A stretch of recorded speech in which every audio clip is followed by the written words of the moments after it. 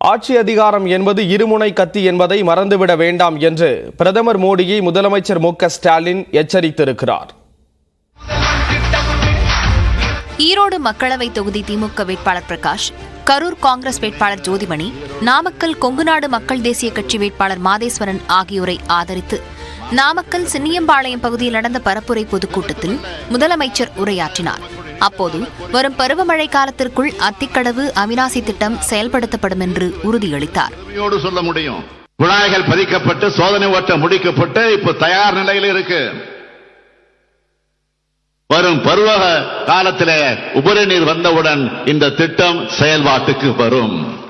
தொடர்ந்து பேசிய முதலமைச்சர், மேற்கு மண்டலத்தில் ஏற்படும் தோல்வி பயத்தால் செந்தில் பாலாஜியை கைது செய்துள்ளதாகவும், அவர் சிறையில் இருந்தாலும் களத்தில் அவரது வேலைகள் நடந்து கொண்டுதான் இருப்பதாகவும் முதலமைச்சர் தெரிவித்தார். தமிழ்நாட்டிலையும் மேற்கு மண்டலத்தின் வலிமையான செயல் வீரர் நம்முடைய அருமை சகோதரர் செந்தில் பாலாஜி அவர்களையும் இதே மாதிரி தான் சிறையில் அடைச்சு வச்சிருக்காங்க. ஜாமீன் கூட கொடுக்காம பல மாதங்களாக அவர் சிறையில் வச்சிருக்காங்க. மேற்கு மண்டலத்தோட அவருடைய பணிகளை முடக்கணும்னு இந்த சதி செயல் செஞ்சாங்க. பாஜகவோட அத்தனை சதி செயல்களையும் கடந்து செந்தில் பாலாஜி அவர்களால் உருவாக்கப்பட்ட செயல் வீரர்கள் களத்தில் வேகமாக பணியாற்றிக் கொண்டிருக்கிறார்கள்.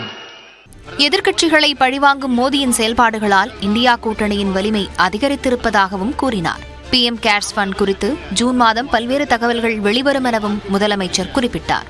எதிர்கட்சிகள் மேல் ஏவி விட்டிருக்கக்கூடிய பாஜகவிற்கு நான் சொல்லிக்கொள்ள விரும்புவது,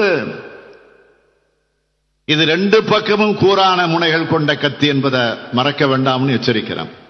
அரவிந்த் கெஜ்ரிவால் அவர்கள் சிறையில் இருந்தபடியே கட்சியும் ஆட்சியும் நடத்திக்கிட்டு வர்றாரு.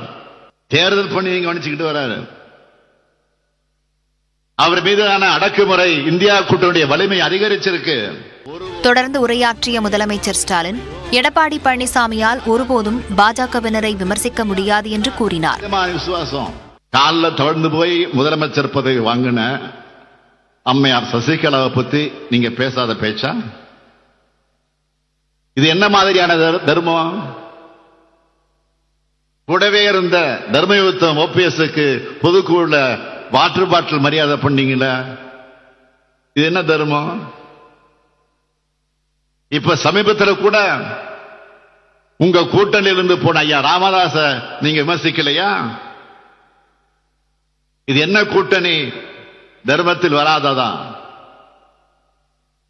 பழந்தாங்க பழனிசாமி அவர்களே, உங்களால் ஒருபோதும் பாஜகவை விமர்சிக்க எதிர்க்க முடியாது. அதுக்கு துணிவு வேண்டும், முதுகெலும்பு வேண்டும். அதிமுகவின் குடுமி இப்போது பாஜக கையில் இருப்பதாகவும் முதலமைச்சர் ஸ்டாலின் குறிப்பிட்டார். திட்டங்களையும் ஆதரித்தவர் பழனிசாமி.